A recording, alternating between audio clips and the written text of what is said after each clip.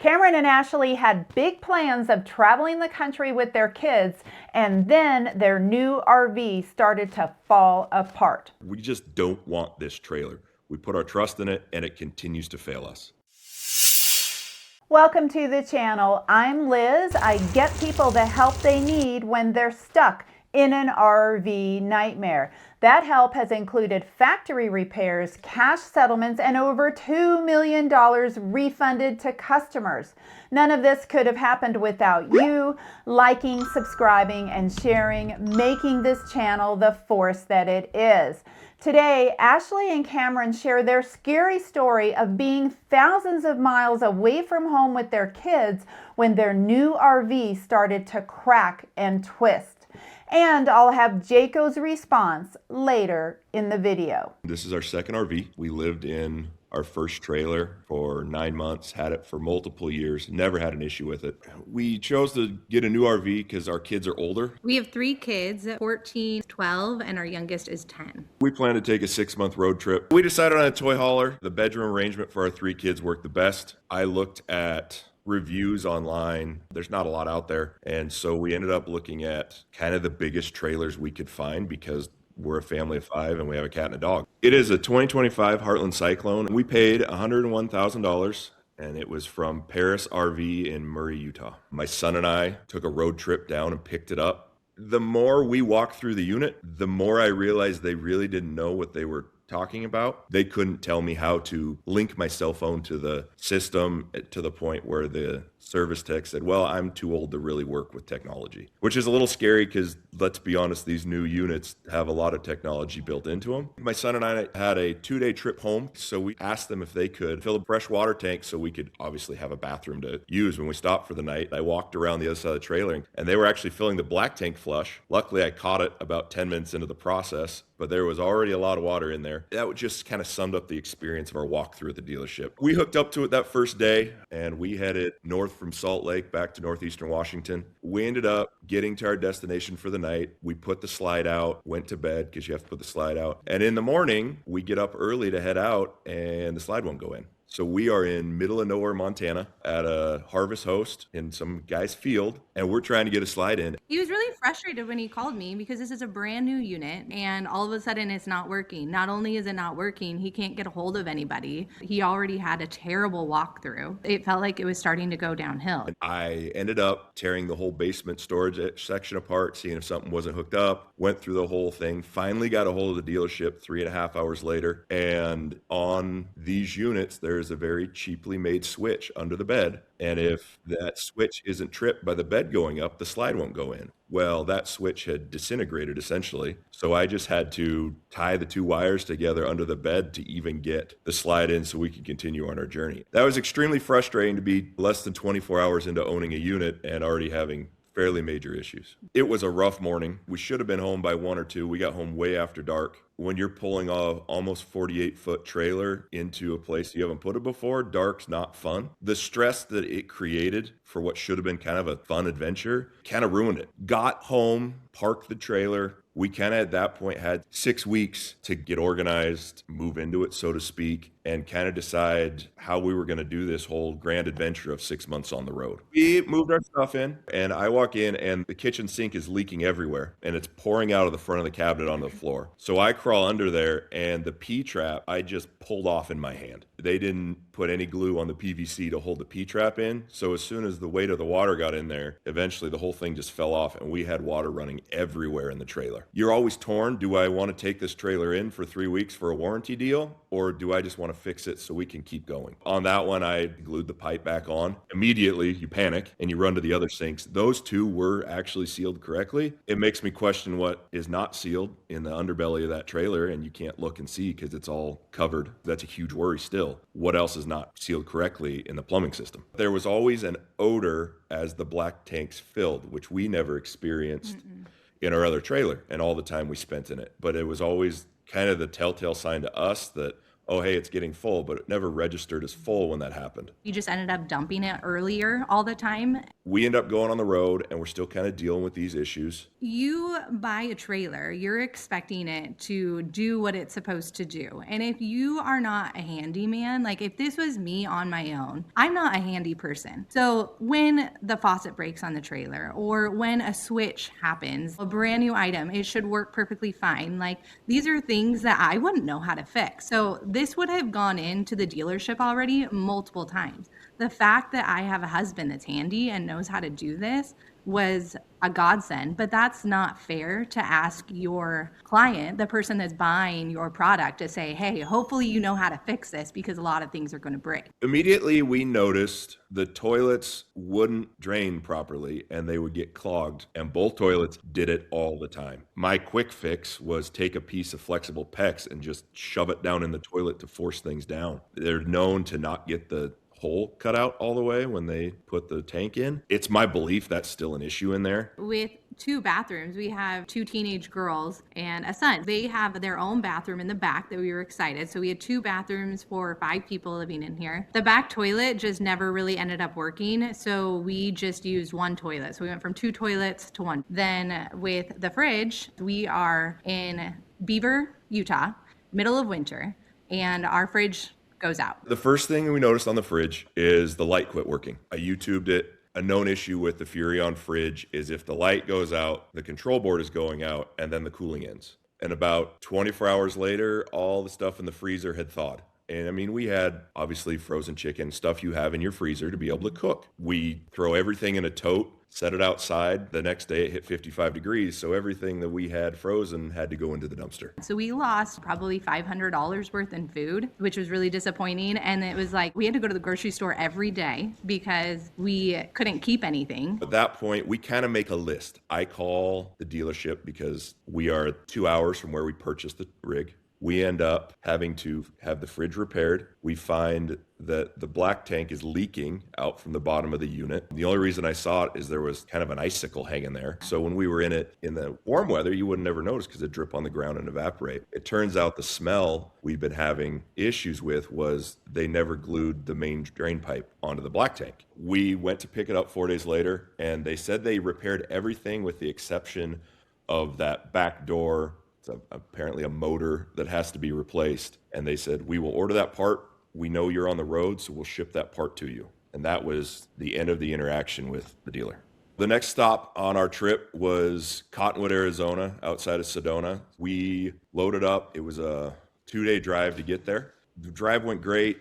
We pull in, set the trailer up, hook everything up. I go up into the front bedroom and turn around and notice a giant crack on our wall at the front of the living room slide. If you're a regular viewer, you know that Cameron and Ashley's Toyhauler is made by the Big 3. And you know the way to remember the Big 3 is WTF, which stands for Winnebago, Thor, and Forest River. I have been recommending if you're buying new to avoid the Big 3. Now, if you are shopping for a used RV, you definitely want to replace your mattress. But did you know if you're shopping for a new RV, those mattresses can be like cardboard? For the last 4 years, I've been sleeping on an RV mattress by Brooklyn Bedding. I used to wake up feeling stiff and sore, and I thought, well, you know, that's just only natural because I'm getting older. But ever since I've had the Brooklyn Bedding mattress, I wake up pain-free, refreshed, and I feel great. I have the Aurora Luxe, which has a built-in chill pad, and I love it. RV Mattress has free shipping right to your door. It's super easy to set up, and it's fun to watch it puff up. They have a 120-night sleep trial and a limited lifetime warranty. If you're interested in an RV mattress by Brooklyn Bedding, just go to rvmattress.com/LizAmazing, put in the coupon code LizAmazing, and you'll save 30%. So I end up running outside and look up, and on the exterior, the crack on the interior was probably 3 inches long. The exterior was 6 to 8 inches long from the top of the slide all the way up to the gutter that's hooked to the side of the roof. Obviously, panic ensues. First call I make is to my friend who runs a dealership from where we live. He said, send me pictures. He looks at him and says, it looks like a weld came loose in your wall. You're okay. I talked to my service tech. You can keep driving it. You'll be okay. He also advised me, hey, you need to call Cyclone, which is now Jayco, to get it on record. Hey, this broke. We're on the road. Obviously, we can't just get out of the rig and send it somewhere. They advised me to call another dealership, which was in Cottonwood. The service tech basically advised me not very many places can handle these kind of repairs. To fix it correctly, you have to take the entire exterior off the trailer, find the broken welds, repair any weak spots, and then put the entire side back on the trailer. He informed me they are not able to do that. Very few body shops are. He said, finish your trip, you're under warranty, then deal with Jayco at that time. The two dealers I talked to said, we will not touch that trailer. Still panicked, still worried. Obviously, we're kind of committed to being in this rig for another 4 months. You start to question your decisions at that point to say, was this the best choice? We invested a lot into this rig and it's not holding up to what we were told it could do. It's really disappointing when you have a brand new product and not even months into it and it's falling apart. I mean, that's so frustrating. I think the other major frustration was they advertised this as a toy hauler. You'd expect a toy hauler to be able to go to kind of off-grid campgrounds and obviously haul side-by-sides or whatever. We never left state highways and we never left developed campgrounds. We were always in Thousand Trails campgrounds. So it had kind of been babied to this point and it's failing. We were planning on spending quite a bit of time in Texas. As soon as we get there, we start to get the slides out, and one of my kids notices our kitchen is against the exterior wall here, and the counter is coming off of the wall. So there's a gap all the way across, and it's going up. It's literally coming off from the interior of that exterior wall. If this is starting to shift, this is more than just maybe a bolt. This isn't looking good. The kids unload everything out of the garage, and the door from the garage toy hauler section to the living room is probably 20 inches wide, and it was 2 inches out of square. So the door no longer worked, and to the point, like, you could tell the entire trailer had twisted. So I got on the phone with another individual at Jayco and really pushed to say, we got to get this fixed. Their initial request was, can we come to Texas and pick this trailer up? To that, we both said, there's no way. We have everything we need to live in it for 6 months. What are we going to do with our stuff? Are you going to pay for a U-Haul for us to haul everything back? They took several days to get back to us and basically said, we authorize you to haul it back to where you guys live in Washington. Get your stuff out. It has to be completely empty. And then we will arrange to pick it up and send it to the factory for service. We're both at the point where we just don't want this trailer. We put our trust in it and it continues to fail us. They basically said, well, we have to get it to the factory. They tell us that we need to send it right away. And this is the dead of winter and we are in Texas and we have to get it to Washington State. So that means we are going over several passes, probably snowstorms. And they're saying, no, it needs to be right now. So we're on panic mode and we're scared, frustrated, like this trailer's already falling apart. What else is going to happen on our way home? Ashley was very nervous to ride in the truck while I was pulling the trailer. Is this thing going to crack in half while we're driving down the highway? We load everything up. At this point, we're 3 months into a 6-month trip. We're supposed to be in Texas for another 2 months. Now, obviously, we don't have a choice. We have to head home. We start driving. We take 2 days to get to our friends in Colorado Springs to sort of get a respite from the stress of this trailer pulling experience. And we ended up going through a couple of rainstorms. I walk into the front bedroom to get some clothes so we can change. And I notice a giant puddle on the floor of the trailer. The best I can figure is now that front bed slide leaks. And I don't know if that's because the whole trailer is twisting as we drive. We noticed when we stopped at a gas station, you could look down the side of the trailer and you could see the wall had twisted. Like you could see a twist down the entire side of the trailer. At this point, the sink also starts leaking in our bathroom and we can't get it to stop leaking. The more we drive it, obviously the worse it's getting. Jayco has said you have to pull it home. It's not a fun trip home. It was 4 days. We are stuck between a massive windstorm and a massive snowstorm in Washington. And so we are trying to find this window of time we can drive. We end up taking off. We have to hide behind a grain silo in the middle of nowhere, Wyoming for 6 hours to try and wait out a windstorm. It's cold. And I walk up to the furnace and I hit the furnace to turn the heat on. And all of a sudden it starts to rattle. Almost sounding like a jet engine is running under the trailer. It was scary. And it's shaking the floor. I'm wondering, did something get sucked into it? I run outside, dig around, can't figure out what's going on with it. But obviously now we have to shut this furnace off. Now the heat's gone. We have the electric fireplace and could possibly run it on a generator. Our gap to get through the windstorm through Montana also pushes the temperature to well below zero. At this point, we're stuck. We can't stay in the trailer. We can't sleep in the truck. What are we going to do? It was too cold to pull over anywhere. Like the electric wouldn't keep up with the weather. It's not made to go that low, which is why you have the furnace, but the furnace is now broken. We are also racing between these two storms. So it's not like we can stop and get this thing situated or fixed or anything.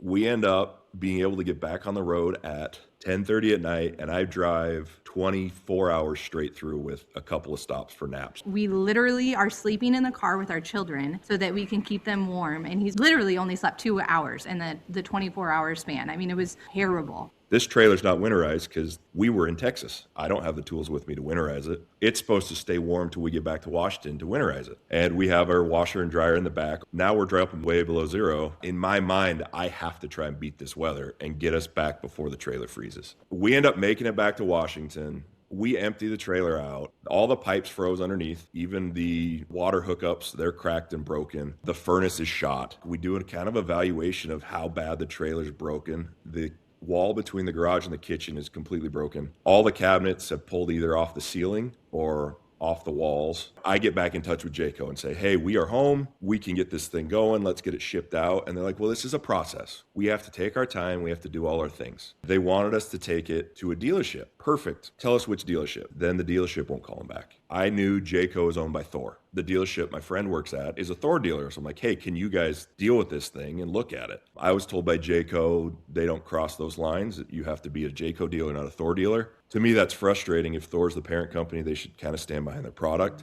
And then I was also told any freeze damage caused because the unit wasn't winterized is on us, and we could file an insurance claim for that. My frustration is you chose to put this furnace in this unit and ask people to trust it. You advertise this unit as a 4-season unit, meaning it should be able to go out in the winter and be used. If your furnace gives up and then the trailer freezes, you're saying it's on us for trusting your craftsmanship. I think that's the bigger issue is they either want to blame Lippert, who built the frame, the company put axles under it, or the furnace manufacturer. Jayco won't stand behind the product that they chose to put all these components in. And we have been now sitting since early February waiting for a phone call to be able to get this trailer sent in. All of that rush to get back here and say this is such an emergency, and we get here and they won't even take it. Like, it's just sitting here. We still have the trailer. It's been a financial impact on our family. There are additional costs that have been associated with having to come back in the middle of winter, and that's a burden. It's a big burden when you have a plan, you've built a budget, and that kind of gets blown out of the water because you have to change your plans. If I could do it all over again, I would be much more diligent on looking at the products we're purchasing. Find honest reviews about the trailers, not trust factory reviews and the first things you find on Google. Find people on YouTube that have lived it and really take the time to learn what they've learned and not learn painful lessons like we're stuck in the middle of now. I think I would learn what is this company's stance when something goes wrong. Find out how do they treat their customers when something bad happens. And make sure they're going to stand behind their product because you don't want to be stuck in this nightmare. We don't have a date for the factory. The first dealership said they won't deal with it. The trailer's sitting in our backyard. We've been home for 2.5, 3 months. We're stuck with a trailer that's not usable and it's not going anywhere. We don't trust this unit. The frame is twisted. It's very apparent. It's no longer safe to be on the road. And I will not put my family in a trailer that's not safe. We want a buyback. They need to stand behind what they built and purchase it back and let everybody move on. I reached out to the top people at Thor and at Jayco, and they responded right away. Someone from Jayco called Cameron, and at first they offered factory repairs, and Cameron just said, no, we've lost faith in it. There's so much wrong with it. Well, then they offered for a buyback, they would first need to evaluate it. So they want to bring it back to the factory before even discussing a buyback. And they're going to pick it up within the next week or 10 days. So I will definitely keep you posted. What do you think Jayco should do? Let me know in the comments. Thank you so much for watching, and I'll see you in the next video.